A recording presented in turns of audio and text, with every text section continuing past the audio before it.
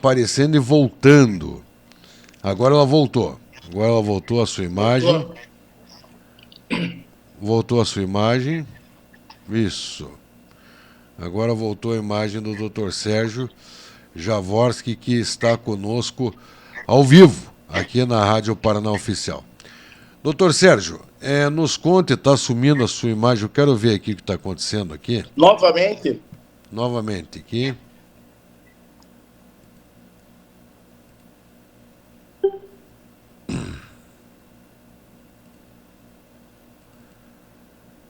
O doutor Sérgio aqui está sumindo a imagem. Agora voltou e ficou ainda, doutor Sérgio.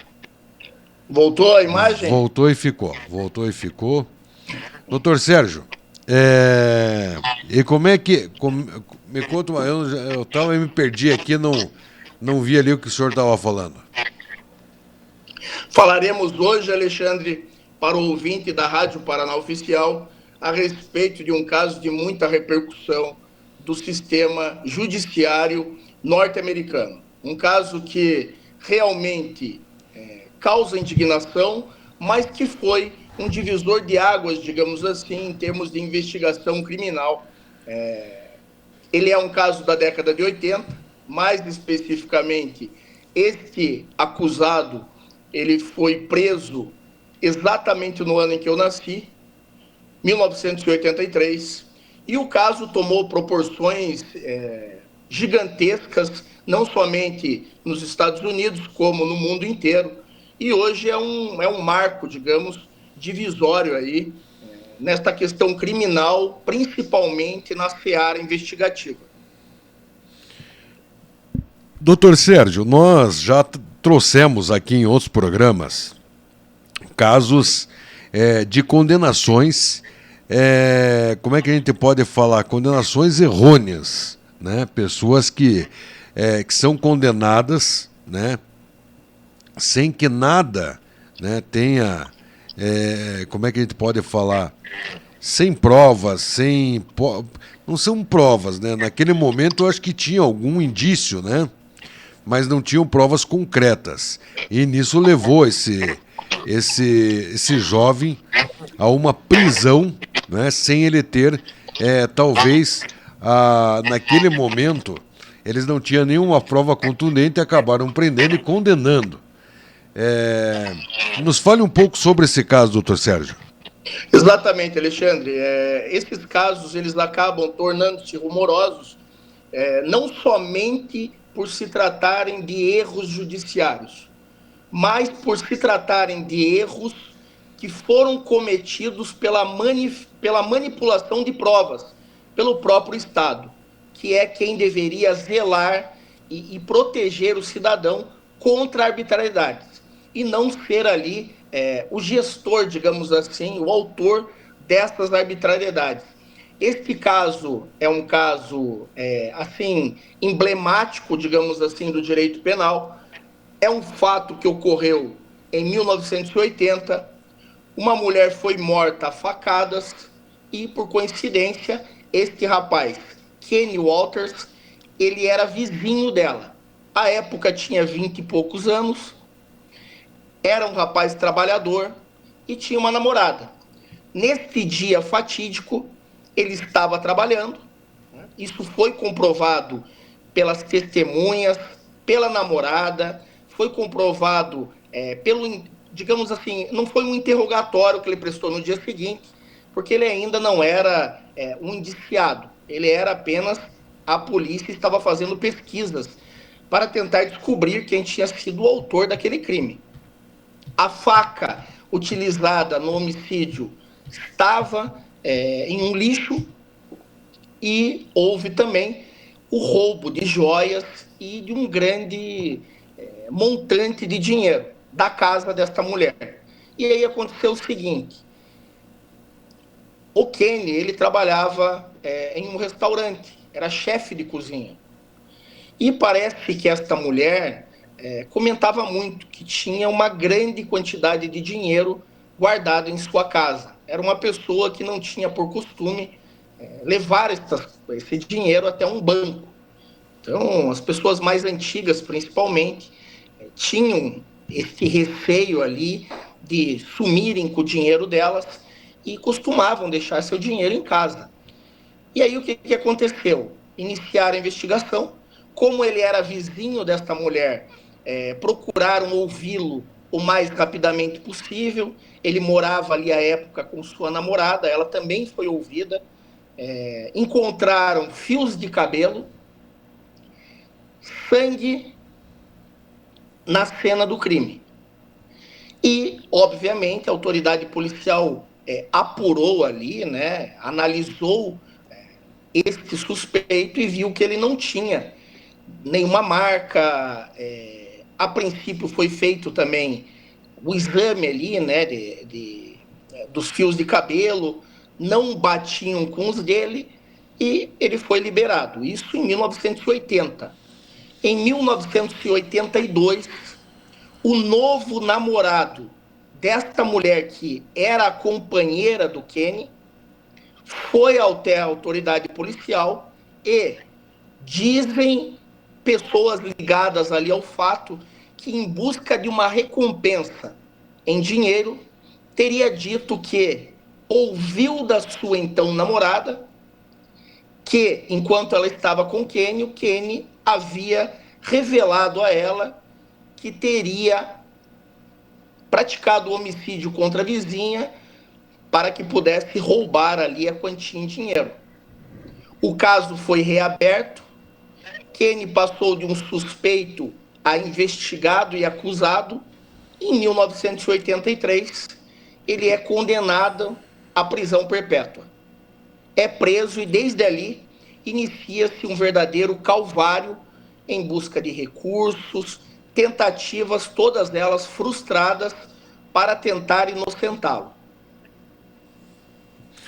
Doutor Sérgio, eu estava lendo aqui um pouco, lógico, nós não temos também como narrar algo que aconteceu em 1980 como se fosse ao vivo, né?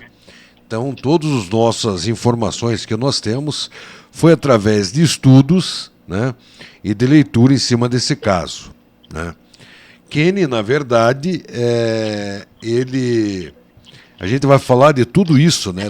A gente vai analisar com o doutor Sérgio, que é mestre em Direito Criminal e Penal.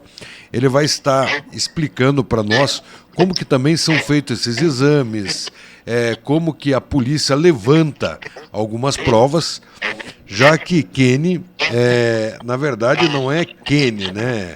É Kenneth. É Kenneth, né? Kenneth Waters. Ele foi condenado à prisão perpétua, né, doutor Sérgio? Exatamente. A sentença foi de prisão perpétua, até mesmo porque seria um homicídio, pelo menos em tese ali, de primeiro grau, que é considerado o mais grave nos Estados Unidos, quando existe a chamada premeditação. É por essa forma que dizem que houve um homicídio, e aí foi seguido de roubo também, o que é mais um agravante. Que é o latrocínio. É um dolo de primeiro grau. Quando existe a premeditação, é assim que é considerado nos Estados Unidos, e são os casos que redundam em prisão perpétua ou em pena de morte, que ainda nós temos em alguns poucos estados americanos, mas com uma tendência a abolir a pena de morte dos Estados Unidos como um todo. Não digo agora que nós temos uma nova feição, digamos assim, governamental. Então, obviamente que cada tempo ele tem uma influência muito grande também da forma com que aquele país é governado, né? Pela sua governabilidade, pela composição do seu Congresso, né? E também dos políticos ali que acabam assumindo o poder por consequência lógica de uma presidência da República. Mas a história vinha demonstrando ali que os estados norte-americanos que implementaram a pena de morte passaram a entender que, por estatísticas oficiais, não se tratava de uma medida benéfica que estaria barrando a criminalidade, causando, digamos assim, uma diminuição das estatísticas do crime. Mas ele foi condenado à prisão perpétua e em cima de depoimentos que somente no ano de 2000 vieram à tona que haviam sido manipulados. Então, a minha preocupação com o sistema de justiça não é com o erro humano, porque a isso nós estaremos sujeitos para sempre. São seres humanos que tornam-se juízes, promotores de justiça, delegados, e mesmo que atuando com responsabilidade e absoluta boa-fé, haverá erro judiciário. Isso é inevitável, né? Porque essas autoridades elas contam muito com essas provas produzidas. Então, digamos que uma testemunha ou uma suposta testemunha tenha um retrato minucioso de um caso e que ela leve isso adiante. Nós temos uma probabilidade muito grande de uma condenação, porque o crime ele é sempre uma reconstituição de fatos pretéritos. Isso, obviamente, a não ser que a autoridade policial ou que muitas pessoas visualizassem, né, o crime. Hoje nós temos também cidades que são monitoradas quase que completamente por câmeras. Curitiba mesmo, toda a parte da região central ali, nós temos visto que as câmeras vêm sendo fortíssimas aliadas das autoridades nesta revelação dos crimes. Então, com a modernização, né, dos meios de produção de prova, nós temos hoje uma realidade que vem mudando com esse direcionamento aí informatizado dos órgãos estatais. Mas à época, nós estamos falando em 1980, onde os exames de DNA nem eram comuns. Então, o que acontece? Uma preocupação que eu sempre tive, e a maioria, acredito eu, dos criminalistas também, que atuam na defesa de direitos, de valores individuais de todo e qualquer cidadão. E isso é do cidadão que é inocente e do cidadão que é culpado. Na hora de se defender direitos processuais contra a possível arbitrariedade de um Estado que seja ali, de repente, exacerbado nos seus métodos de investigação e de punição, ela vale tanto para quem não cometeu o crime quanto para quem cometeu o crime. Isso faz parte de qualquer sistema democrático em um Estado de direito. Então, nós estamos falando de 1980 e o que causa a perplexidade desse caso é como ele é reaberto. Então, primeiro, a autoridade policial fez uma investigação correta, né? Ouviu as pessoas que residiam ao redor ali da residência da vítima, tomaram as precauções, analisaram o caso, obviamente que viram, notaram que não existia ali nenhum machucado nesta pessoa, nesse acusado, que revelasse que ele havia perdido sangue no local do crime.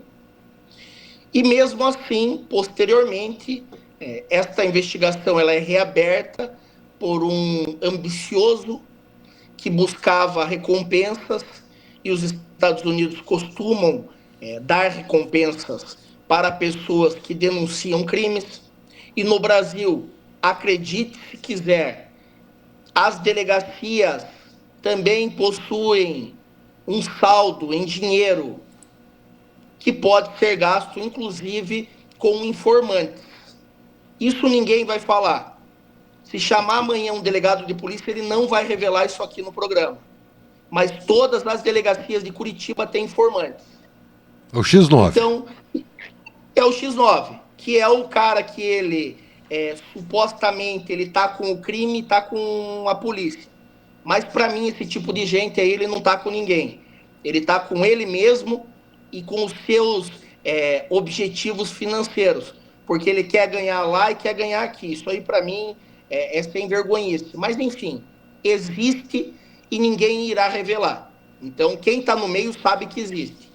E aí esse rapaz vai até a delegacia buscando ali auferir uma vantagem e promove ali, né, uma reabertura de um caso.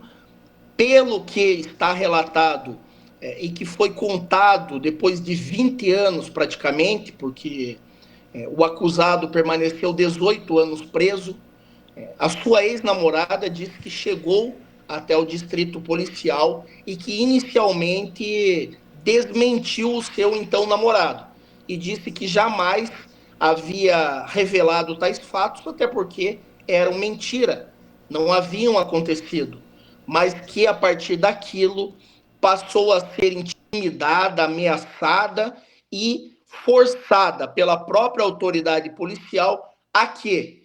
A manifestar aquilo que o seu então namorado havia dito, sob pena de também ser acusada de cumplicidade do crime. Então você veja a artimanha de um sistema que ali está manifestamente, digamos assim, mal intencionado, né? Nós não podemos esquecer que o poder que é conferido a um policial, a um delegado de polícia, ele é extremamente potente em relação ao cidadão. Então, não pense, o ouvinte, que um policial, por ganhar pouco, ele tem, digamos assim, menos importância no sistema. Não, a palavra dele vale muito, né? Ele não ganha muito dinheiro, mas a palavra dele vale como um agente estatal e que, a meu ver, é algo que eu critico e sempre criticarei. Não tem que existir ali uma presunção de veracidade de tudo que um policial fala só porque ele trabalha para o Estado, né? Mas é assim que a justiça verifica. Então, a palavra de um policial para a justiça vale muito mais do que a palavra de um cidadão. E não é incomum analisar casos criminais em que nós temos, sim, uma testemunha relevante que contradiz o que a autoridade policial falou durante o seu depoimento e a justiça considerar que ela é menos importante e mais frágil e condenar o acusado mesmo assim, mesmo ele tendo uma prova testemunhal, um álibi que o libere daquele crime. Então ali, né, há relatos de que se inicia com este X9, com este ambicioso, digamos assim, e que forçam essa namorada, inclusive vão atrás de uma outra ex-namorada do acusado e também, depois de mais de 3 horas de interrogatório, você imagina, Alexandre, mais de 3 horas de interrogatório de uma pessoa que não é acusada. Então, o que foi feito com essa pessoa dentro dessa sala? Estamos em 1980, onde, acredito eu, não eram gravados os depoimentos, a polícia fazia o que bem queria, né? Nesta época, nós tínhamos dentro do Brasil aqui uma norma que permitia a incomunicabilidade do preso. Então, muitas pessoas foram presas e a sua prisão sequer foi comunicada à sua família, até mesmo a um advogado. Então, eram tempos ali sombrios mesmo, né? Pela falta de tecnologia, pela falta ali de uma dinâmica de perícia criminal, porque a perícia hoje vem demonstrando toda a sua relevância, o seu valor e auxiliando demais na reprogramação, na reconstituição, digamos assim, do crime, né? Porque existem alguns autores até que utilizam essa expressão, e eu acho ela muito apropriada. Quem está verificando o que houve no passado tem que seguir as pegadas, os rastros que aquele crime deixou para tentar, da melhor forma possível, reconstituir aquele cenário e a forma como a dinâmica dos fatos ocorreram.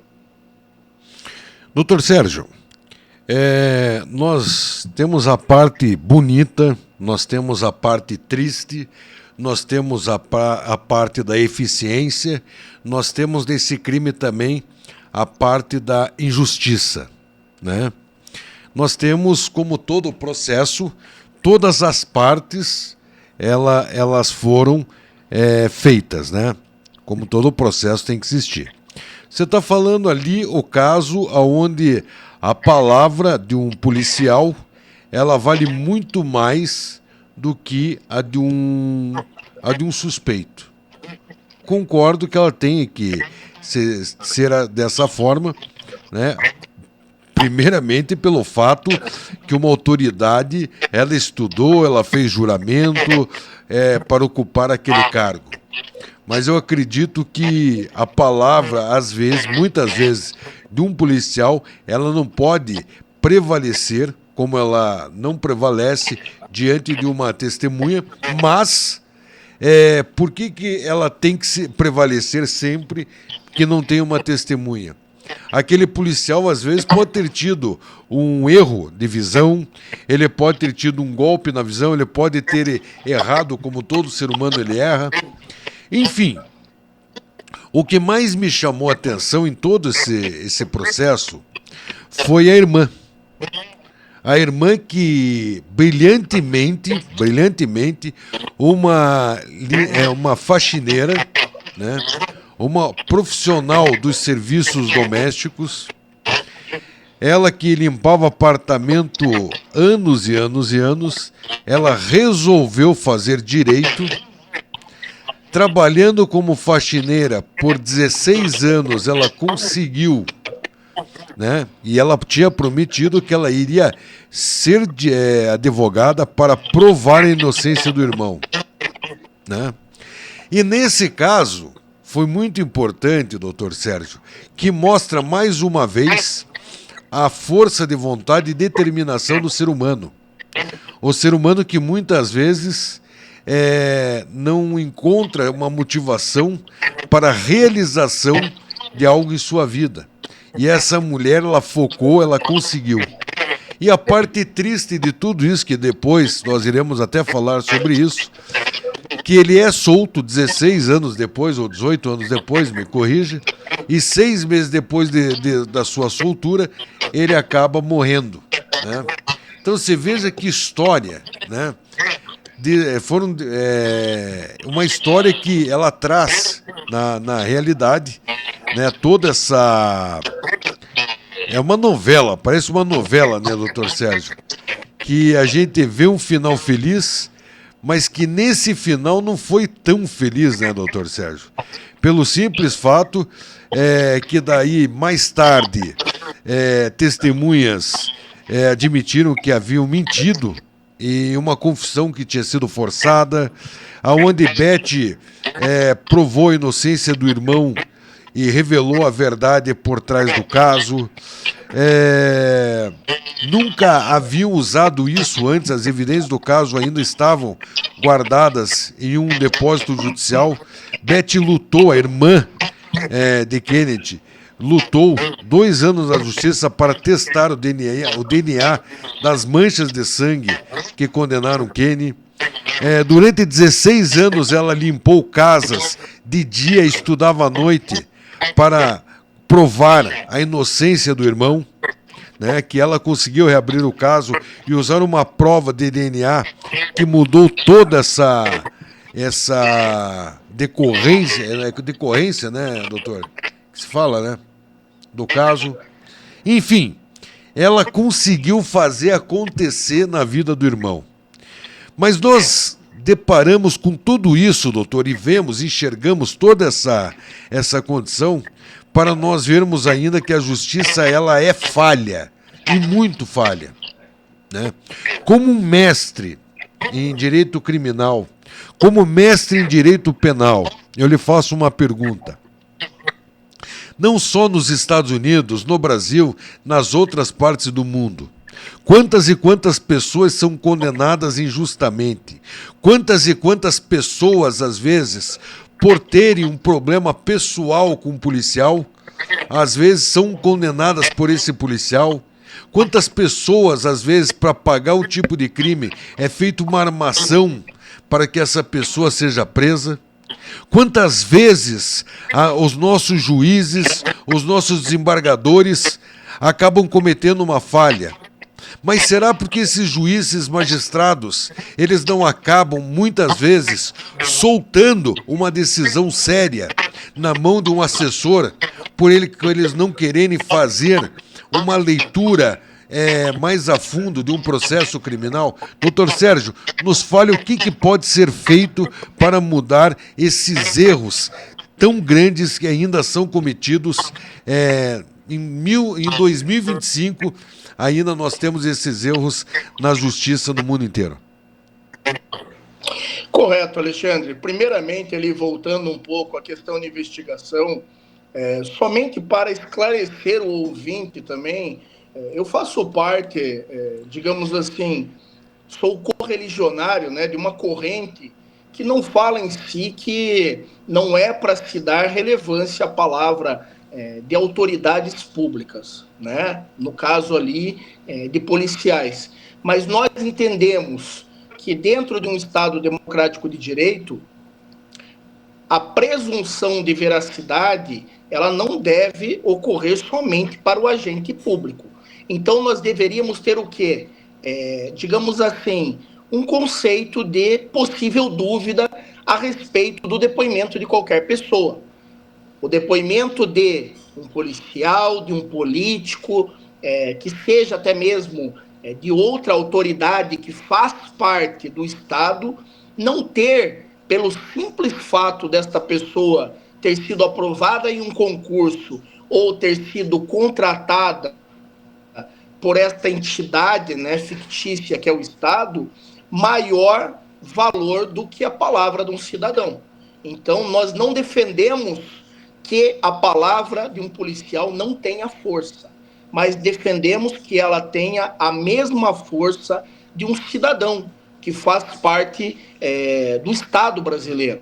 Então, o que nos, na prática, seria dizer o seguinte: o processo tem que ser um lugar de produção de provas e que todas as provas tenham o mesmo valor judicial. Digamos assim, não colocar uma hierarquia entre provas. Obviamente que elas serão analisadas e, dependendo das contradições, das falhas, dos possíveis ali, digamos, impactos negativos que elas tenham nesse sentido de produção de verdade, aí sim elas percam valor naquele caso, mas não antecipadamente. Porque você veja, se nós partimos de uma ideia de que a palavra do policial tem mais valor do que a palavra do cidadão, imagine você ser acusado de um crime, a sua esposa viu que você estava em casa, prestou ali uma declaração na polícia. O seu vizinho viu que você chegou em casa e que você não saiu depois de casa e ele prestou um depoimento na delegacia. E mesmo assim, prevalecer a palavra de um agente estatal só porque ele é agente estatal. Então, nós entendemos que o abuso, de que a mentira, de que a má intenção, ela não desaparece porque alguém foi aprovado em um concurso público e vestiu uma farda e está armado. Então, nesse sentido, não é de que a palavra do policial não possa ter valor. Ela tem valor, mas nós queremos que ela tenha o mesmo valor da palavra de um cidadão, que paga impostos e que é o titular do poder. Só que nós concedemos a um Estado para que algumas pessoas que, em tese, deveriam ser qualificadas para o exercício de funções, seja ela administrativa, econômica, funcional, gestacional ou de segurança pública. Então, esta é a ideologia, digamos, da advocacia que é garantista, de quem entende que o cidadão tem o mesmo valor de um agente estatal que também é cidadão brasileiro. Segundo, nos causa sempre uma impressão negativa a questão policial. Por quê? Porque nós já vivenciamos, como Estado, ditaduras em que abusos e arbitrariedades eram comuns dentro de delegacias. As chamadas confissões, que eram exportadas obrigatoriamente, de pessoas que muitas vezes não haviam cometido crimes.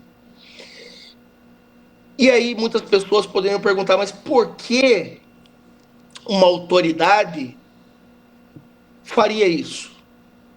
Por que um policial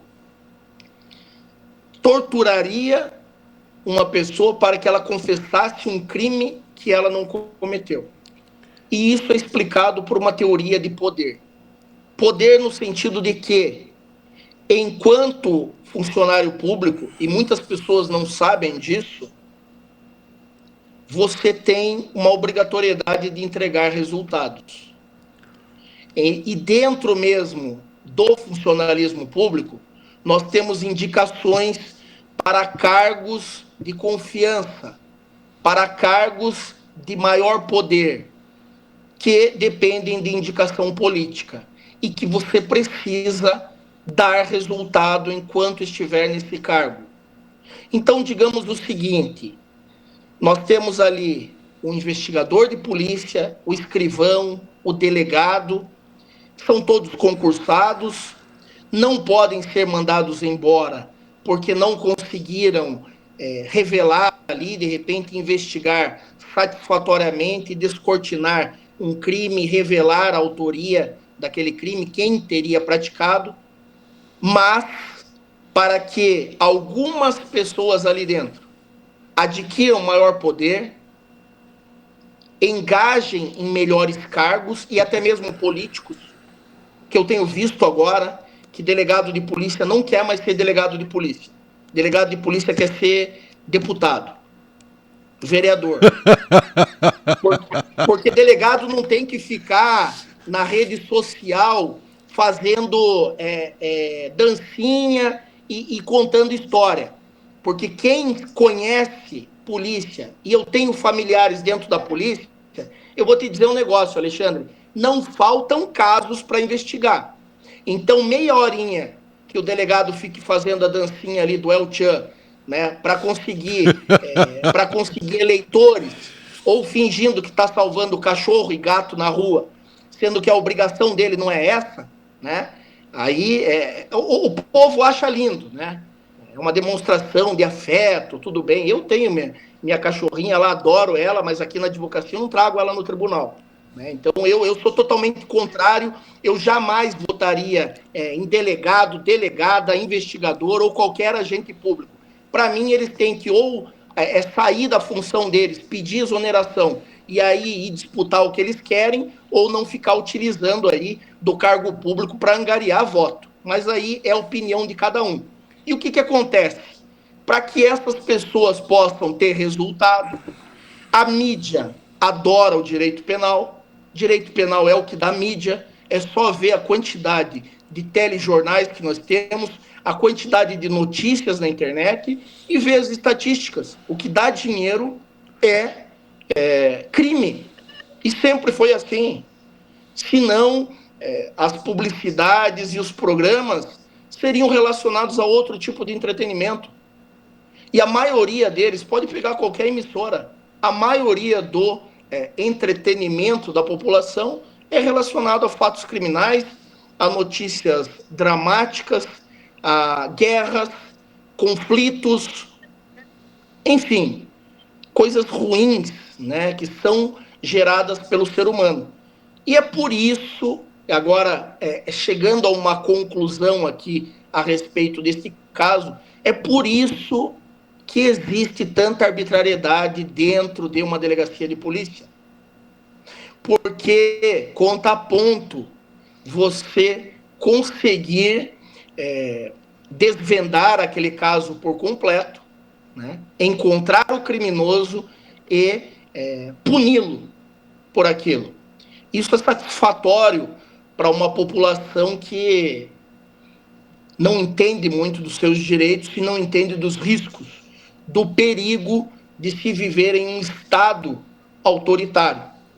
E aí o ser humano, hoje, acredito eu, isso aqui é uma opinião de cunho pessoal, mas que se fosse feita uma enquete na internet, talvez, mais da metade da população aceitasse que fosse dado um chacoalho, um apertão, um tapa, deixar ali, de repente, isolado em uma cela escura, sem comer, para fazer com que algum suposto autor de um crime revelasse o que ele sabe a respeito daquilo.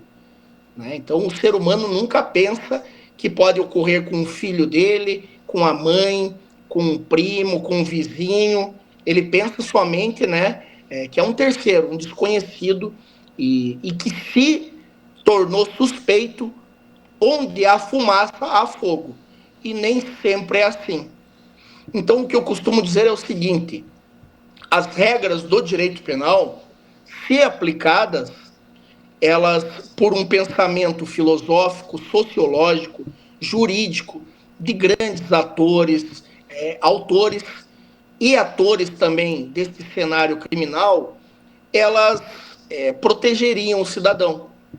E como a falha humana sempre estará presente, seja na justiça, seja na seara administrativa, enfim, em qualquer ramo de desenvolvimento humano existirá falha.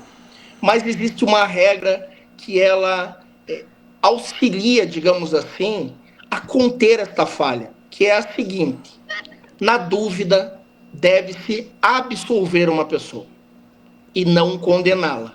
Essa é a teoria. Essa é a regra. Essa é uma máxima. É a regra. É uma máxima. Em tese é a regra, mas não é a regra do que nós vemos no sistema judiciário. A regra do sistema judiciário é, na dúvida, e obviamente ali também, né, não pode ser uma dúvida generalizada, mas na dúvida, condena-se. E aí a dúvida, eu te digo que muitas vezes ela não é nem a respeito daquele fato criminoso que está sendo investigado. A dúvida é em relação à pessoa do investigado. Não um direito penal do fato, que é o que nós deveríamos ter hoje no Estado Democrático de Direito, mas um direito penal de autor, que verifica não a participação deste sujeito em determinado crime, mas sim na sua vida pretérita. Se ele já foi acusado, se ele já foi condenado, se ele, por algum motivo, foi exonerado aí de um cargo. E tudo isso cria o quê? Cria uma fumaça a respeito de sua personalidade, que leva muitos juízes, muitos assessores também, ao entendimento de que, se já praticou um homicídio, com certeza praticaria um segundo. Se já foi condenado por furto no passado, com certeza praticaria um latrocínio agora. E aí eu te digo, muitas pessoas poderiam me contrariar aqui e dizer o seguinte: mas, pô, alguém que foi envolvido em um roubo, foi condenado, por qual razão agora estaria envolvido em um novo crime de mesma espécie? E é aí que está a cereja deste bolo envenenado, digamos assim. A autoridade que está mal intencionada, ela buscará pessoas com este perfil, até mesmo para justificar uma condenação ali por determinado fato que está sendo investigado e que a princípio não teve uma resolução benéfica, satisfatória. Eles não pegarão primários para assumir broncas grandes que eles não tenham ali uma envergadura probatória para constituir esse fato. E, lamentavelmente, queira o público acreditar ou não, existe sim, né, muitas pessoas que, por um cargo, por almejarem ali mais poder, sim, elas acusariam, elas produziriam provas. E Curitiba, qualquer pessoa que estiver aqui dizendo que eu estou mentindo, é só bater e dar um Google. Ano passado, ano retrasado, todos os anos, nós temos casos aí de câmeras que pegam policiais prendendo cidadãos e jogando arma na cena do crime. Então, o ser humano ele é imprevisível. Não é porque você, né, é um cidadão de bem, uma cidadã de bem, e que pensa, por qual razão um policial plantaria uma arma na cena de um crime. Nem tente pensar, porque a pessoa de bem que leva a sua vida conforme princípios e valores de justiça social jamais entenderá as razões, os motivos disso acontecer. Mas acontece. E acontece muito. E eu também, mesmo sendo criminalista, desconheço as profundas razões que levam uma pessoa que, a princípio, ingressa numa carreira tão admirável que é de policial, porque é uma das carreiras mais admiráveis que existe, porque a pessoa coloca a sua vida em risco por todos nós. E aqui nós não estamos também falando de todos os policiais, estamos falando do mau policial, né? Mas que coloca a própria vida em risco, a própria integridade física, que vive muitas vezes sob ameaça.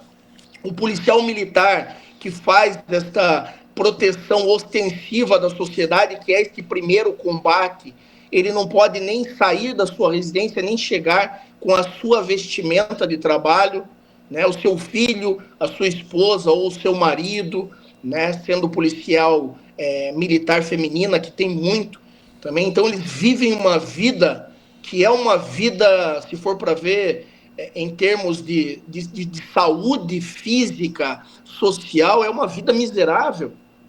Porque esse policial, ele sabe, inclusive, que se ele topar com um criminoso e ele estiver com a sua funcional no bolso, é ele ou o criminoso. Então, não existe a possibilidade dele ser assaltado e não ser morto. Então, vive realmente assim no fio da navalha. Mas existe a banda podre. E esta banda podre, ela é capaz de prejudicar a vida de uma pessoa, se ela estiver mal intencionada, como ocorreu nesse caso dos Estados Unidos. Doutor Sérgio, nós temos um dado aqui muito importante, são dados que falam um pouco em cima dessa sua palavra, né? São pessoas que são condenadas injustamente. Nós temos 96% dos presos no nosso país são homens, 4% são mulheres no sistema carcerário, 48% são pardos, 30% sem julgamento. Olha só que número altíssimo. O primeiro semestre do ano passado, de 2024, foi marcado por mudanças legislativas nas regras para o sistema penal, como o fim da saída temporária e também sobre decisões da Justiça que vão afetar o encarceramento, como a descriminalização do porte da maconha. Então isso aí tá muita gente ainda condenada, né, que os advogados estão buscando tirar essa responsabilidade, porque eles foram condenados por porte. Agora vem uma nova lei que, dependendo do porte, não condenava mais. Daqui a pouco nós vamos falar sobre esse tipo de prisão, doutor Sérgio, que muita gente acha que quem foi condenado antes não pode recorrer agora para tentar sua soltura, né? A população carcerária em celas físicas no Brasil é de 663 mil pessoas, doutor Sérgio. Algo que ultrapassa 500 mil de pessoas encarceradas no nosso país. Engraçado que os homens presos são mais de 634 mil, cerca de 96% dos presos. As mulheres são os outros 4%, mais de 28 mil detentas. Agora, uma das coisas, doutor Sérgio, desculpe, acabei me afogando, presos sem julgamento, isso que chama muita atenção. Um dado importante é que boa parte dessas pessoas sequer chegou a ser condenada. Quase 30% das pessoas encarceradas no Brasil estão em prisão provisória. São 183 mil pessoas aguardando julgamento. Isso é uma violação muito grave de direitos. E isso é falado pelo Gabriel Sampaio, ex-membro do Conselho Nacional da Política Criminal e Penitenciária no Brasil. Agora, doutor Sérgio, o que falta para A gente está falando das pessoas que são condenadas sem provas, são condenadas injustamente. E essas 183 mil pessoas que estão lá, nós não sabemos se injustamente ou justamente estão em prisão provisória. O que falta para ou liberar ou condenar de vez essas pessoas? Doutor Sérgio, o que pode ser feito? Realmente nós temos uma população carcerária gigantesca. Segundo dados, existem centenas aí de milhares de mandados de prisão não cumpridos ainda. Então, isso era para ter ainda uma massa carcerária muito maior. E lembrando também que nós temos os crimes de cifra negra, que são o maior percentual de crimes cometidos no país. Acredite ou não, mas eles não conseguem encontrar autoria.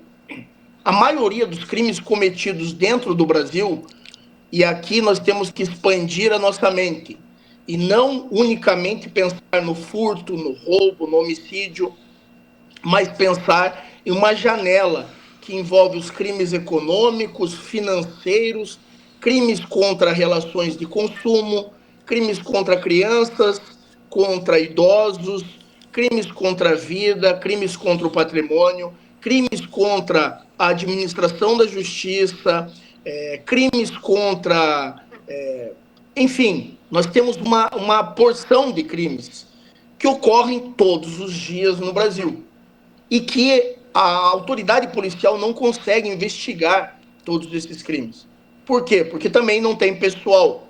Não tem pessoal, não tem material suficiente, porque hoje nós estamos em 2025 e não existe sobrando ali material, digamos, para que, digamos, o luminol, né, que é para detectar a presença de partículas de sangue em cenas de crime. Nós vemos se utilizar deste material de investigação em crimes de alta repercussão, como ocorreu no caso Nardoni, em São Paulo, né, daquela menina que foi lançada pela janela, aí utilizaram este produto no carpê ali da casa, no carpê de dentro do veículo. Esse produto não é só utilizado para ver se há pólvora, resquício de pólvora na mão. É também para ver outras... Resquício de sangue, exatamente. De sangue. Ele vai mostrar ali, vai mostrar se determinado local foi ali lavado com produtos químicos, enfim, mas ele é específico para a questão do sangue, Alexandre. Aí eu até tenho que ver se existe maior utilização dele. Eu sempre tenho visto a utilização em si para a questão de detecção de partículas sanguíneas. Mas ele não é um material que nós temos em todas as delegacias de crimes contra a vida. Como bem nós falamos em outros programas, hoje o policial de Curitiba, que para mim talvez seja a melhor capital do Brasil em termos de equipamento, de infraestrutura, pelo menos das capitais que eu visitei, e aqui não é puxando para o meu lado, porque eu sou paranaense, mas Curitiba tem uma estrutura invejável. Eu até te diria que aproxima-se muito de estrutura de cidades europeias. Inclusive nessa questão até de moradores de rua, tudo, é uma estrutura que eu considero melhor até mesmo do que Buenos Aires, que Buenos Aires é em si uma cidade europeia. Mas nós não temos grandes investimentos em investigação.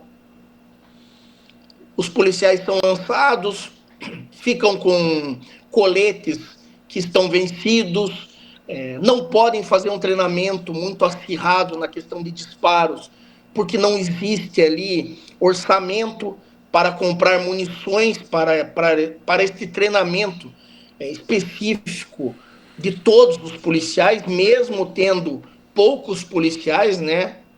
na sua estrutura, tanto de polícia civil quanto polícia militar. Que eu não me engane, hoje os policiais civis não batem 5 mil em todo o estado do Paraná, o que é muito pouco, se for para ver, pela quantidade de crimes que nós temos. Então a estrutura ela não comporta a investigação de toda a realidade delitiva. E hoje não seria equivocado dizer que sim, existe muita impunidade. Mas não é, eu não acredito que seja por falta de dedicação, é por falta de estrutura mesmo. E aí nós poderíamos falar aqui durante horas a respeito de investimentos, porque, a princípio, né, grande parte dos impostos que são arrecadados deveriam ir para quê? Para saúde, segurança e educação. São as 3 macro áreas que nós temos aí estruturais em um país. Mas se não está indo para esse lugar, está indo para outro lugar. Mas aí é conversa para outro programa. Enfim, a estrutura ela é enxuta, se for para ver, na sua magnitude, né, criminal. E aí abre-se janelas também para que o erro aconteça. Você falou ali a respeito dos estagiários, dos assessores. Eu já fui assessor, né, tanto um tempo ali, estagiei no Ministério Público, na Procuradoria de Recursos aos Tribunais Superiores, e também fui de um desembargador, no Tribunal de Justiça do Paraná. E eu conheci ali pessoas muito sérias, muito estudiosas, que realmente faziam o seu trabalho da melhor forma possível. Mas a problemática que nós temos em um sistema de sociedade é quando a raiz está contaminada. Ela acaba contaminando todo o resto, digamos, da estrutura daquela árvore. E hoje nós temos esse resquício ainda de ditaduras que tivemos no Brasil, de que é possível utilizar-se de força e de métodos que são anti-humanos, digamos assim, que violam todos os direitos de um cidadão, de uma cidadã, de um Estado democrático de direito, para conseguir confissões, para produzir provas acusatórias, o que nos faz permanecer, né? Não agora no século XXI, mas no século passado, em séculos anteriores ainda, onde utilizavam-se de métodos também bastante indignificantes, né? Nós tivemos ali a era medieval, mesmo depois da Revolução Francesa de 1789, os sistemas ainda permaneceram bastante arbitrários em termos de investigação, de processo, de criminalização, e isso sempre foi preocupante. Não é por acaso que nós temos uma densa literatura protecionista, né, no sentido de liberdades, de direitos, da possibilidade do cidadão intervir efetivamente no processo no qual ele seja ali o protagonista, digamos, da investigação. E nós não vemos muito isso hoje em dia, né? Então, aquela acusação ela recai sobre determinada pessoa, o advogado dele passa a ser criminalizado junto, porque não é incomum verificarmos em grandes casos, né, que eles ganham notoriedade e acabam tornando-se alvo midiático, pelo menos por determinado tempo, de que o advogado costuma ser criminalizado junto com o cliente e antes de uma sentença condenatória. Então você veja a relevância que nós temos hoje da nossa mídia em resultados também de grandes erros judiciários. Porque se a mídia passar a condenar uma pessoa, primeiramente acusá-la e depois condená-la antes do seu julgamento, quem fará o julgamento lá na frente? Em crimes contra a vida? A população. Serão 7 pessoas daquela comunidade. E essas 7 pessoas daquela comunidade já estarão totalmente viciadas na sua vontade e manipuladas na sua capacidade de discernimento em relação a determinado fato. Então, qual que é, digamos, a possibilidade de que esta pessoa faça um juízo totalmente contrário a tudo que a mídia mostrou, a tudo que foi produzido ali e mostrado, né? Porque a televisão, ela faz recortes do processo, faz recortes. E muitas vezes este recorte ele é mal intencionado e outras vezes ele não reflete o que realmente aquele procedimento, digamos assim, em termos de prova, ele realmente pode produzir em termos de condenação ou de absolvição. Então, um recorte errado daquela realidade ali produzida, né, midiaticamente, ele pode inverter ali o sentido de um processo e, ao invés de se entender que ninguém é culpado até o trânsito em julgado de uma sentença penal condenatória, passe-se a compreender o quê? Esta ideia generalizada de que se você foi suspeito e agora é acusado, é porque você deve. E se você deve ser punido. E se você deve ser punido, dependendo do crime, você deve ser severamente punido. E aí, nós ingressamos nessa massa carcerária gigantesca. Nós temos esses dados que falam a respeito da prisão preventiva. Muitos casos que sequer necessidade haveria. Você veja, Alexandre, eu tenho casos que eu já atuei nesses 18 anos de carreira como criminalista. Teve mais uma época de estágio que eu ainda pude atuar ali, não assinar, mas atuava com bastante intensidade.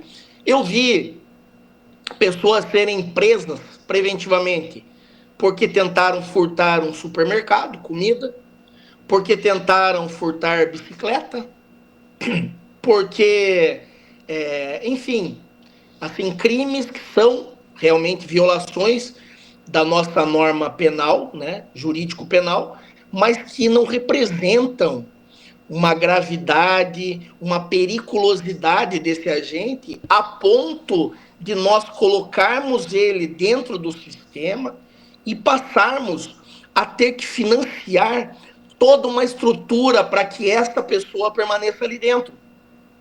Você entende que quando nós colocamos um rapaz ali que é viciado em crack e tentou furtar uma bicicleta, porque ele queria vender essa bicicleta e comprar mais crack, quando você coloca ele dentro do sistema, para colocar ele no sistema, você precisa ter o quê?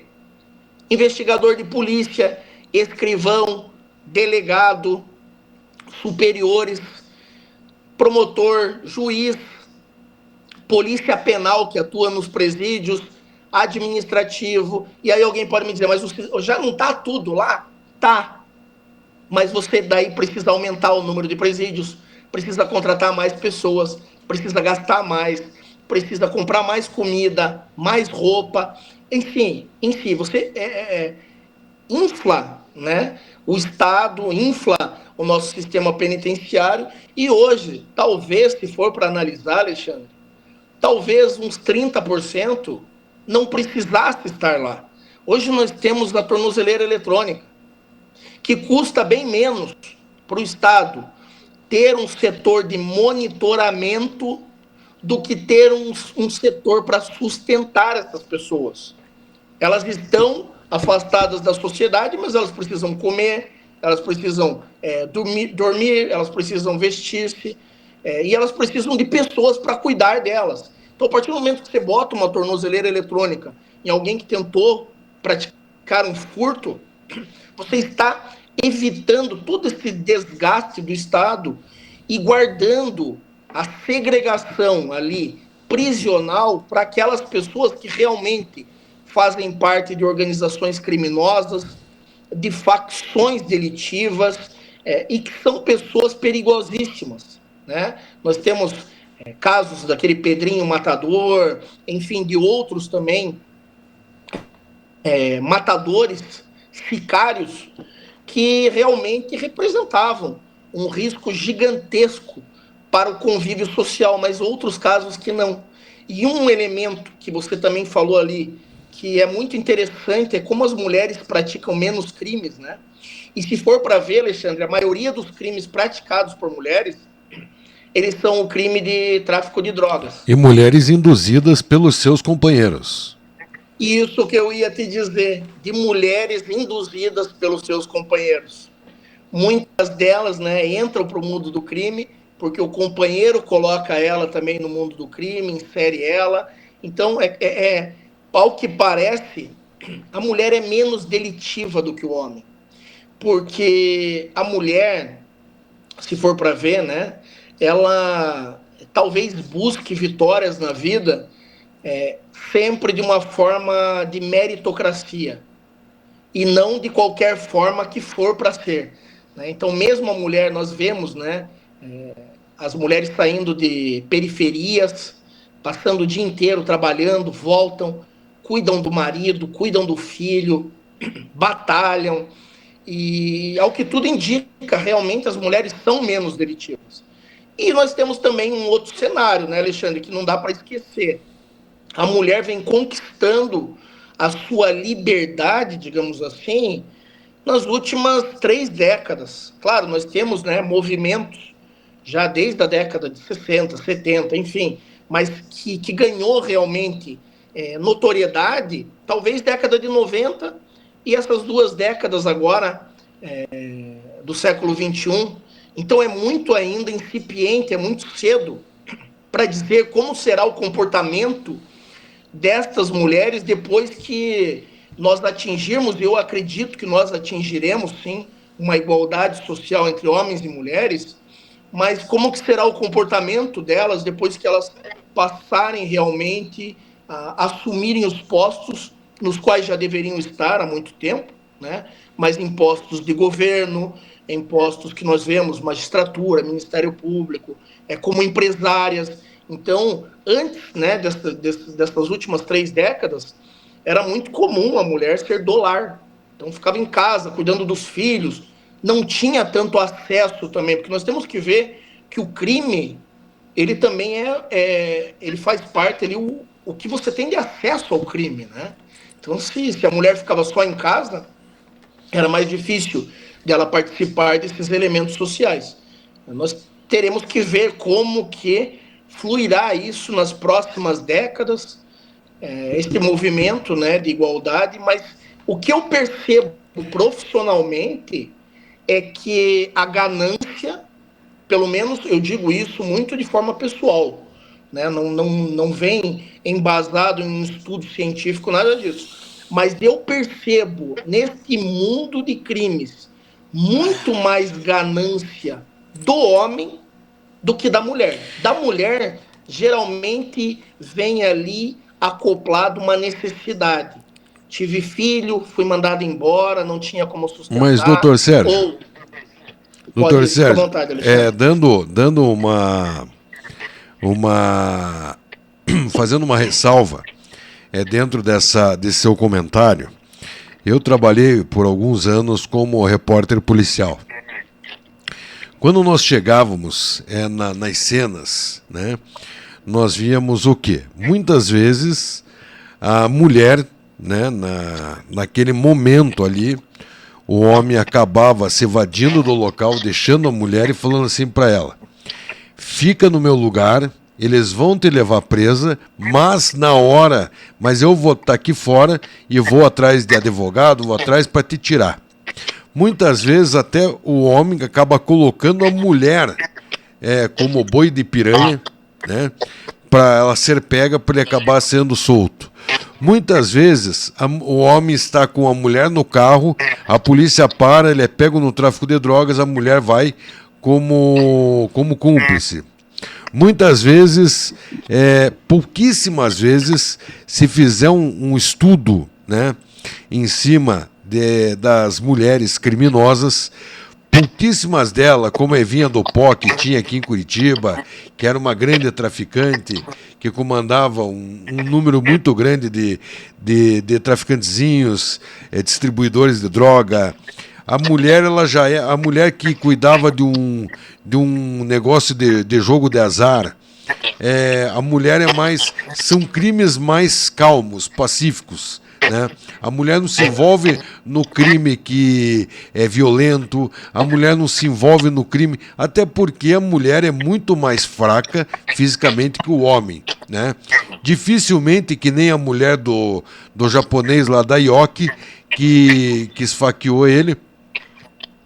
Então são casos específicos, né? E eu estava vendo aqui uns dados, doutor, que o que tem mais causado espanto é o caso que a própria justiça, né, a responsabilidade civil do Estado e o erro do judiciário, né, no Brasil, muitos deles ainda são cometidos pelas falhas no reconhecimento fotográfico e na inconsistência nas provas, né, que foi o que resultaram, né, muitas prisões no Brasil, mas que com certeza muitas delas foram voltadas atrás desses erros e acabaram absolvendo essas pessoas.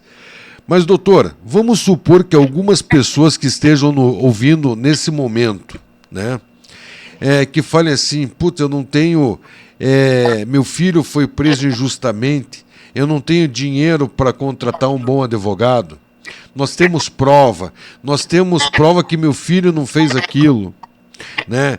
A minha filha foi presa injustamente porque estava com o namorado no momento errado, na hora errada, mas ela não tem culpa nenhuma. Nós temos uma outra situação que mesmo com a prova por escrito, né, de testemunhas, a polícia não, a justiça não acatou essa testemunha. Doutor Sérgio, nós sabemos que muitas falhas, elas existem, elas vão continuar existindo, né?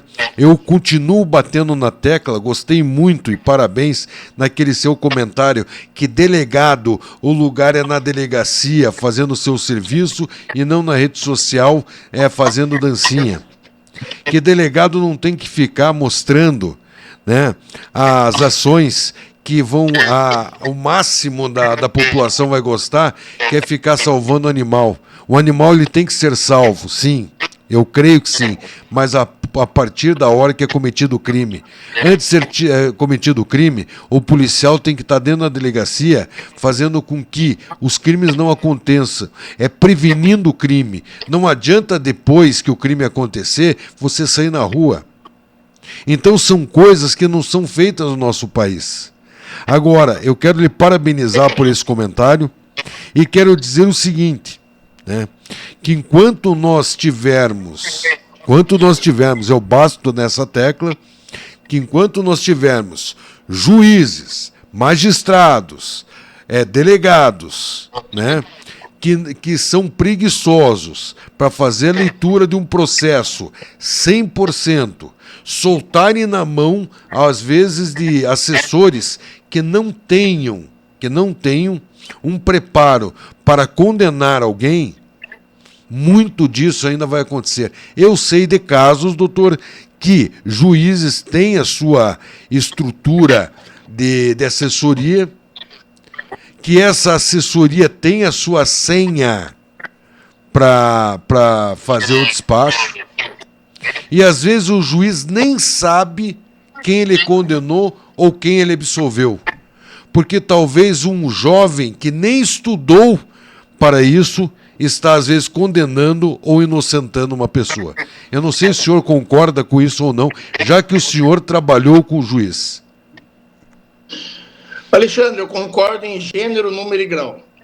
O que você falou agora é uma pauta minha, uma reivindicação que eu sempre falei e que, obviamente, nunca foi bem recebida, porque o sistema é assim, sempre foi, e as pessoas que surgem posteriormente passam a entender que isso está correto, né? E eu, desde a época de estudante, nunca consegui conceber esta ideia. Então, para mim, quem tem o poder decisório de todas as causas é unicamente o magistrado. Ele pode sim ter estagiários, assessores, auxiliares administrativos, mas para quê? Para ajudarem a tomar conhecimento do processo, a fazerem ali o gabinete funcionar, digamos assim, podem até mesmo fazer análises prévias, fazer estudos de jurisprudência, estudos de caso, mas quem tem que decidir é o juiz. Não é por acaso que o cargo de magistrado exige um profundo conhecimento da lei e das decisões que estão sendo tomadas pelos principais tribunais do país. Então, nós vemos o seguinte: o cargo exige que esta pessoa estude durante anos. Aqui nós estamos falando daqueles que passaram por mérito, se é que quem está do outro lado me ouvindo entende. Aqueles que passaram por mérito tem que ficar 4, 5 anos, muitas pessoas com mais de 5 anos. O certame, o concurso, pode durar mais de um ano, entre todas as fases. E aí esta pessoa, depois de demonstrar que pode ser um magistrado ou uma magistrada, ingressa, e quem vai tomar a decisão da vida de uma pessoa? Um estagiário, que não consegue passar na prova da OAB. Então você veja a problemática que nós temos no sistema judicial. E você não está errado quando diz. Antigamente ainda necessitava de um magistrado para assinar. Agora assinatura eletrônica. Geralmente, e agora, pasme você. E eu tenho certeza que serei muito criticado e não ligo para críticas. A assinatura eletrônica fica na mão, sabe de quem? Do chefe de gabinete. Que nada mais é do que um concurseiro. Que todo chefe de gabinete quer virar juiz, promotor ou delegado. Poucos estão ali e estão dizendo, olha, tá ótimo aqui. E aí a assinatura do juiz fica na mão desta pessoa. Não estou falando que ela é uma pessoa mal intencionada. Estou falando que ela não tem a condição do magistrado para julgar e ponto. E não tem. Porque se ela tiver a condição de magistrado, ela vira magistrado. E aí as decisões estão sendo tomadas por estagiários e assessores.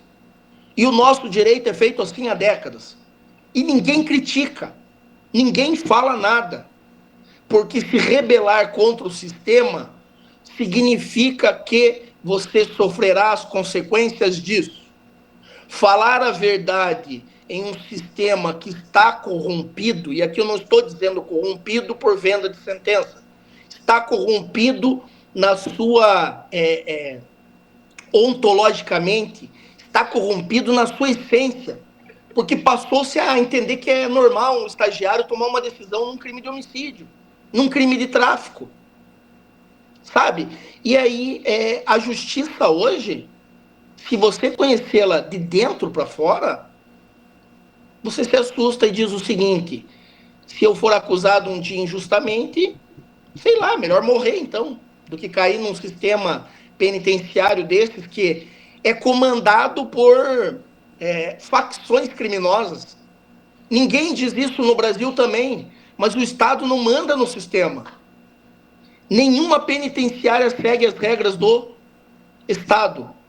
Todas as penitenciárias hoje do Brasil seguem as regras, a cartilha de grandes organizações criminosas. E uma delas é esta de 3 letras que nós sabemos, que começa com P. Eu não gosto de ficar falando, não é por medo, é porque eu não gosto de dar palanque para quem não presta. Mas você imagine, existe cartilha lá dentro que deve ser cumprida e que não é aplicada pelo Estado, é aplicada pela facção criminosa. Então esse é o sistema penal que nós temos hoje, está todo mundo aplaudindo, batendo palma e dizendo que está tudo certo, né? Porque já está aí, sempre esteve aí. O que não quer dizer que seja bom. Nem tudo que é repetido durante os anos é bom. E esta é uma grande falha do sistema brasileiro. Eu quero perguntar para qualquer pessoa que vier defender este sistema que nós temos hoje, se ela aceitaria receber a pena que fosse, a punição, ou até mesmo uma sentença cível, de perder a sua casa, de ter que pagar uma quantia exacerbada pelas mãos de um estagiário de direito. Eu quero que uma pessoa venha me dizer que ela aceitaria. uma sentença proferida por um estagiário ou até mesmo um assessor que não é concursado. Então, mas é aquilo, Alexandre, para os outros, tudo bem. Se o juiz nomeou, se está no gabinete, é porque ele tem condições. Mas para mim, eu nunca quero. E para o cidadão é a mesma coisa. Então, o que nós queremos para o nosso vizinho não é o que a gente quer para a nossa família. Essa é a hipocrisia do sistema criminal, não só brasileiro, como mundial. Sabe, você pega a justiça norte-americana, que pode ser feitos ali acordos entre a parte e o Ministério Público, e nós sabemos que muitas vezes alivia-se para um para que ele entregue um sistema maior.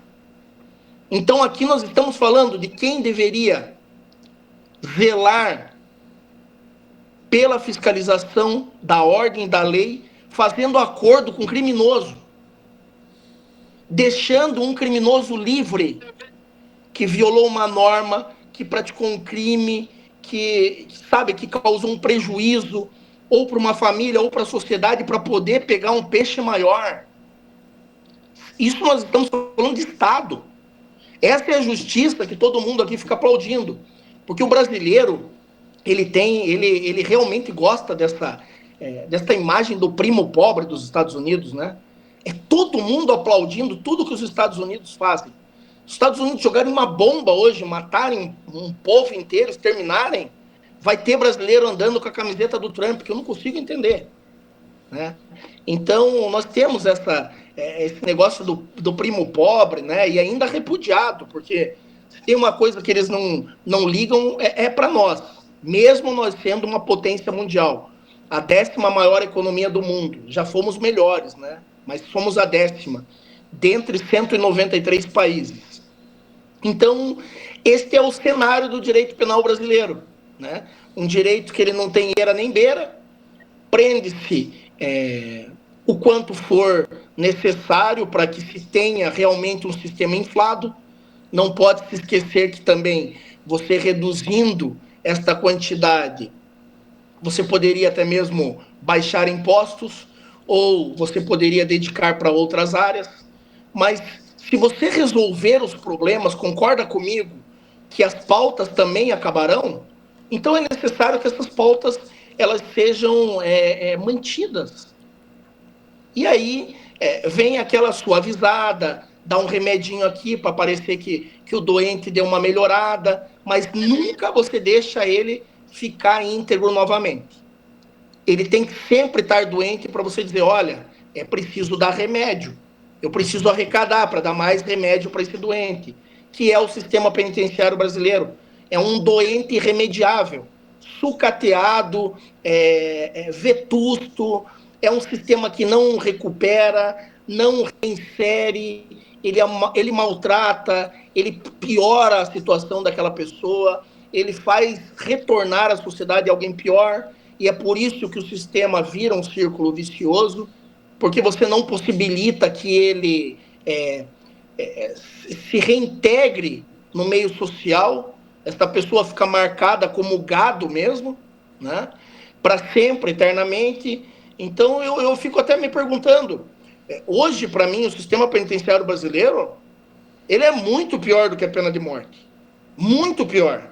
A pena de morte seria um alívio para muitas pessoas que passam por esse sistema, que podem sim ter cometido algo sério, ter cometido um deslize na vida, mas que sabem já que não terão outra oportunidade de se reconstituir, e que a partir daquilo ali será só sofrimento, e se quiser ganhar dinheiro e ter alguma coisa para si, será uma carreira dentro do próprio crime.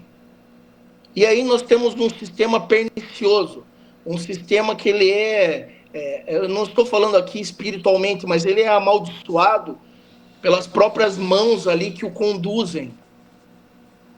Eu não vi melhora alguma nos 25 anos que eu tenho, desde que comecei a faculdade, estou atuando. Conversei com meu pai, ele também não viu melhora alguma. O sistema era pior ainda, né?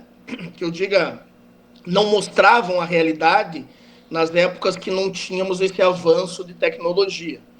Então não quer dizer que existia mais arbitrariedade, quer dizer que não era mostrado. Mas não vejo muita solução com o que tem sido implementado, com os debates. Nós vemos um Congresso absolutamente punitivista, que está aumentando as penas de todos os crimes, e aí você me pergunta, para quê? É para dar solução para a sociedade? Não, é para manter o sistema mais abarrotado. Então, agora vamos começar a fazer castração química pelo dobro do prazo que o cara está preso, pelo dobro. Está dando mais serviço para o Estado.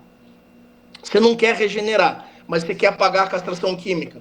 Você quer pagar o tratamento para que ele fique se tratando, fique dando despesa, mas você não quer contratar um psicólogo, né? Um psiquiatra. Você é contra, doutor? Você é contra... É um sistema doente, Alexandre. Você é contra a castração química?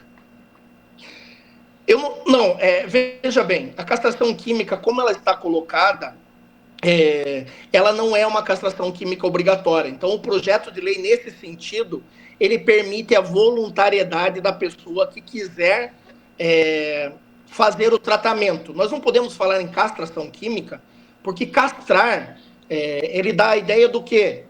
De você retirar aquilo da pessoa eternamente. E hoje nós temos um tratamento químico. Então, isso a lei acerta. Eu não vejo problemática alguma, né, Alexandre? Não sou contra a forma como foi escrita a lei no seguinte sentido. Primeiro, eu já acho que tem um erro de origem. O tratamento químico, ele somente será viabilizado para quem já é reincidente em crime contra a dignidade sexual. Então, eu já não entendo isso. Por que a primeira pessoa...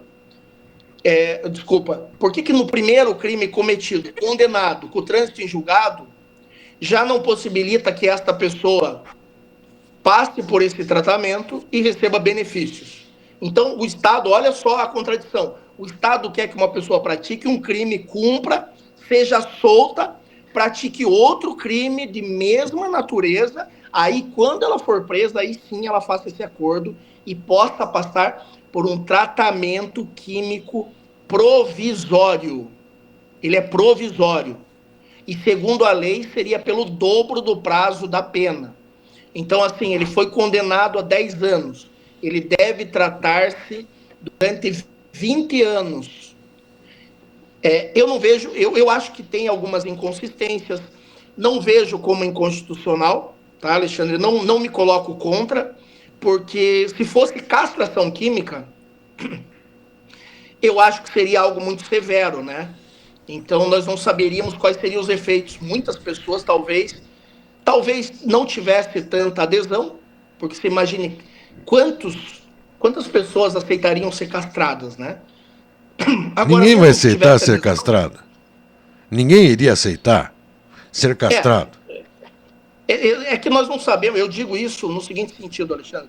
Às vezes a pessoa está passando, e nós sabemos que o sistema penal, ele não perdoa. Então ela prefere ser castrada do que ser presa.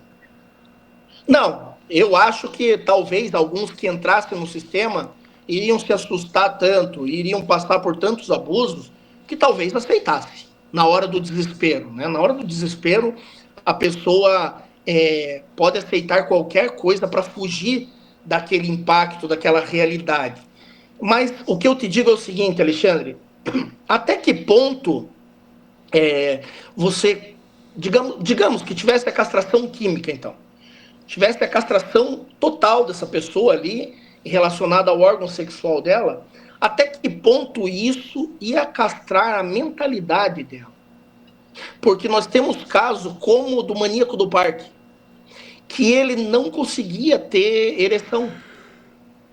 E aí ele acabava, ele ficava ali, né? Ele mordia a mulher, ele mordia a genitália, né? A região dos seios, ele praticava todos os abusos possíveis, mas ele não conseguia ter ereção, e aí matava a vítima. Então, até que ponto, a minha pergunta é, até que ponto a castração química ou o tratamento hormonal vai impedir que, de repente, ali um agressor sexual continue praticando crimes de mesma natureza?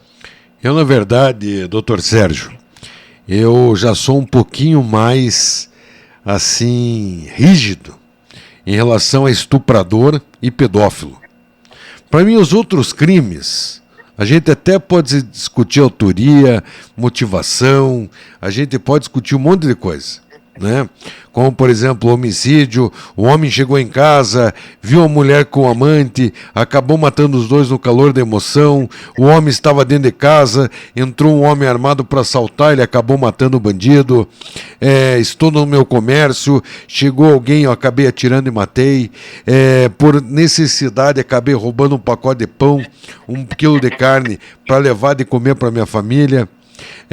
O estelionatário e a vítima, os dois tinham que ir presos juntos.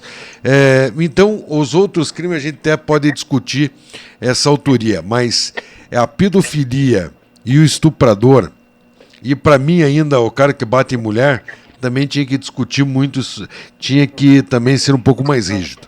Mas os dois crimes que para mim é o máximo, que tem que tomar uma previdência urgente, tem que mudar a lei, é a pedofilia e o estupro.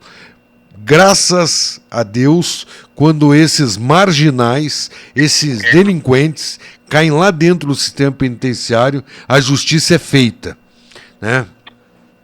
Infelizmente, doutor Sérgio, eu acredito que muitas vezes as mulheres estão utilizando do direito que está sendo dado para elas para se vingar de um namorado que às vezes tinha terminado com ela, esteja utilizando dos seus direitos, entre aspas, que estão sendo dando para ela, poderes que não deveriam estar sendo dados para que elas possam prejudicar o homem, um ex-namorado, um ex-marido, um ex-noivo, porque ele talvez a rejeitou, a trocou por outra mulher e seja utilizado uma denúncia infundada para prejudicar essa pessoa, aí eu já sou contra. Mas o estuprador, de fato, que foi pego com a boca na botija, aquele pedófilo que foi pego com a boca na botija, para mim tem que ser a pena de morte. Mas não a pena de morte para ele ficar esperando a morte. Tem que ser morto no momento. Essa seria a única coisa que eu defenderia no nosso país. O estuprador e o pedófilo com a boca na botija, eu vou te dizer uma coisa, doutor Sérgio, tem pessoas que são viciadas na adrenalina. São pessoas que cometem o crime não pelo ato de praticar o crime, e sim pela sensação de cometer aquele crime, que é um negócio chamado a descarga de adrenalina. Então são situações que é muito complicado e ela sempre vai ter quem é a favor, quem é contra, e nós, infelizmente, né, nós que estamos desse lado, né, que é o lado que quer sempre a condenação daquele que é o meu caso, né? Não é o seu caso porque o senhor estudou para entender o crime, né? Entender se a pessoa tem direito ou não de ser inocentada. Mas no meu ponto de vista, seriam dois crimes que não poderiam ter perdão nessa vida, no Brasil e no mundo, que seria a pedofilia e o estupro, pegando o autor com a boca na botija. Que daí, contra fato, não tem argumento. Eles são crimes que realmente, desde sempre, geraram né, esse desconforto social, e eu não vejo problema, né, nas pessoas, inclusive você, ter uma opinião divergente da minha, e eu entendo, né, muitas vezes a indignação, eu tenho que concordar que são crimes de uma gravidade assim, tremenda, mas a minha preocupação sempre foi o seguinte, né, com pena de morte, com prisão perpétua, com, digamos assim, com uma punição que ela é irremediável, realmente com a questão do erro judiciário, né? Então, eu sempre me preocupei com esta parcela de pessoas que são acusadas e condenadas injustamente. E eu acho que sim, né? Mesmo que a cada 1000, digamos, um seja inocente, eu não consigo concordar com a ideia de que o sistema deve trabalhar dessa forma e nós temos que absorver esse pequeno erro, né? Eu, como criminalista, eu não posso assumir jamais uma posição nesse sentido, de dizer, olha, tudo bem, o sistema está indo muito bem, obrigado, já que está prendendo 1.000 que são realmente culpados e um inocente está indo no meio, porque eu jamais gostaria de ser esse inocente, né? Então você imagine, e isso eu falo por mim, eu entendo a revolta de pessoas, principalmente de pessoas que passaram por esse martírio, que é de serem violentadas ou de terem alguém da família violentado. Mas você imagine também alguém que não violentou, passando pela crueldade que o sistema promove. Então, eu tenho que pensar por esse lado do inocente, daquela pessoa. Eu vi ali que você fez um adendo, né, importante na tua observação. Não é para todo e qualquer acusado. Você falou, é para aquele que é pego com a boca na botija. O problema é o seguinte, Alexandre. Quantos são pegos com a boca na botija? Quantos são pegos naquele momento exato do estupro? Eu acredito que a maioria desses casos, pelo menos, né, casos que eu já lidei também, eles são uma reconstituição de crime. E são raros também esses casos, eu digo raros em termos gerais, né, mas não é comum existir um maníaco do parque que já praticou, sei lá, dezenas de crimes. Inclusive, é bom dizer agora que 2028 estará na rua, né? Estará na rua porque não há como conter mais a sua prisão. Doutor Sérgio. E o Estado... Oi. Quando eu falo a boca na botija, não é simplesmente pegar no ato, né?